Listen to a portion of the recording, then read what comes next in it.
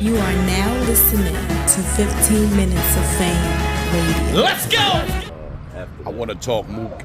I want to talk Mook and Hitman. Okay, so from the legends. Right. I'm front row looking like, I swear, I'm thinking like. I saw you too. Yeah, I feel like Rock should have been there, Surf should have been there. You know what I mean? Because I'm just so used to this sitting there with Twerk, you know, somebody. Right. But I was Dolly, you know what I'm saying? Because the niggas was on the stage or wherever they was at. Nah, Rum was actually right there. No, I saw Mook. You came from the back and then you went and sat and stood in the front. Yeah, because it was like, I need to see this. So first round, Hitman come out, and I ain't gonna hold you. He was doing his numbers. Like, I think shit overshadows it because Mook's first was, I think, Battle of the Night. Well, I ain't seen the whole event, but one of the best rounds I've seen. But Hitman shit was fire too. Yeah. Like, especially, he was building up towards the end. Like, he wasn't slacking, but Mook took from that first and just kept excelling. And I ain't gonna lie, GOAT level shit. This is from a GOAT to a GOAT. I gotta tilt my hat when niggas' greatness is like it is what it is. Yeah, give it up to Jordan, and it's like you gotta tilt your hat when niggas reach that level. Mook has been reaching that level for 20 plus years. Mm-hmm. Like, it was immaculate watching the golf cook. So, and I think really the only, I guess you could call it a setback, is when he battled Verb and people just wasn't, rocking with the way he was rapping. But after that, he adjusted, and he in a pocket right now. And that's why I say he's my motivation, because I feel I'm in that bag where people are connecting and just fucking with how I'm bringing it up. I gotta recook, gotta do some shit. Like, Mook, let's be real. This is the first time we've seen sober Mook. Second. When he battled Oz. Because I thought that too. He battled Oz. Yeah. All right, damn, I would have been sure. Okay, right. Yeah, you're right. Second time, but on a big stage, it's our first time.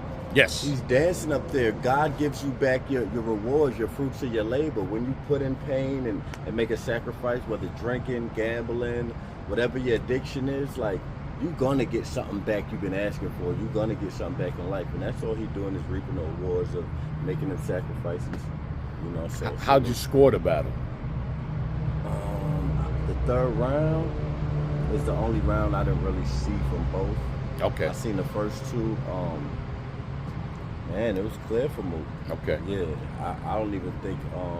I think the first round could be debated because Hitman did his thing, but I think Hitman's in a similar bag like I am, where they still appreciate what you do when you give them nostalgia, you give them a fire bar, but just telling them I struggle, they be looking like, nigga, fuck out of it, Some of us just get that, and I think, I'm gonna keep it glass. I think it's just from not being around, not popping, not kicking it.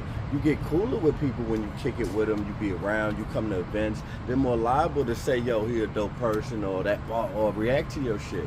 So right. I think we kind of get that effect, my guy. So yeah. I think that's Hitman is kind of looked at right now, and I because he definitely still putting on for the culture, look, right? I said not to cut you off. He's just not in it. His shit like the Easy battle.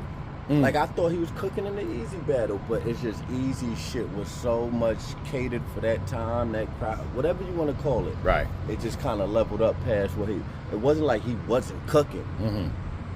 Now that third, baby, I don't know. I still don't know what went on. That's why I was just like befuddled. I'm still like, you put a jacket on the man, you definitely got to post that, like let bring a proof, because that's a heavy jacket. Rape, snitching, gay, like, you got to bring some proof. That's crazy to put on somebody's jacket.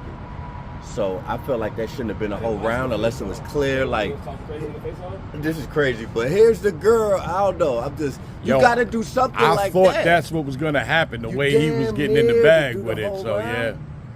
But I ain't gonna lie, I was crying, laughing last night when I got here off of that GOAT line, you filthy animal. Oh, that was crazy. Because it was such a serious allegation, bro. It was hard, but he you say some shit, you say some shit. Night, so, but, yeah, I think it's just all about taking accountability for me, and people that getting the same treatment is like, even Drake, like, you gotta be like, what am I doing wrong to get this backlash? Right. You can't just be like, yo, they hating everybody. Just, you know, you gotta say, yo, something's not connecting here. It's like the best artists is the ones who can fight through life. That's the biggest battle. Yeah. So if your aunt's sick, if your kids, you ain't been talking to your son or your mom, you ain't been talking to your mom, somebody passed away.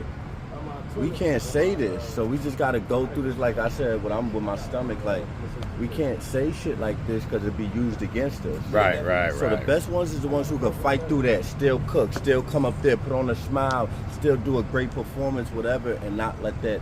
I came in there a lot of these events going through certain shit or shit on my mind and bringing that to the event. Mm-hmm. You know, so that shit come back on you. You got to take accountability. Like, I understand why I got backlash or people said shit. Like, I don't be like, they hate, you know, they just like me. I'm not.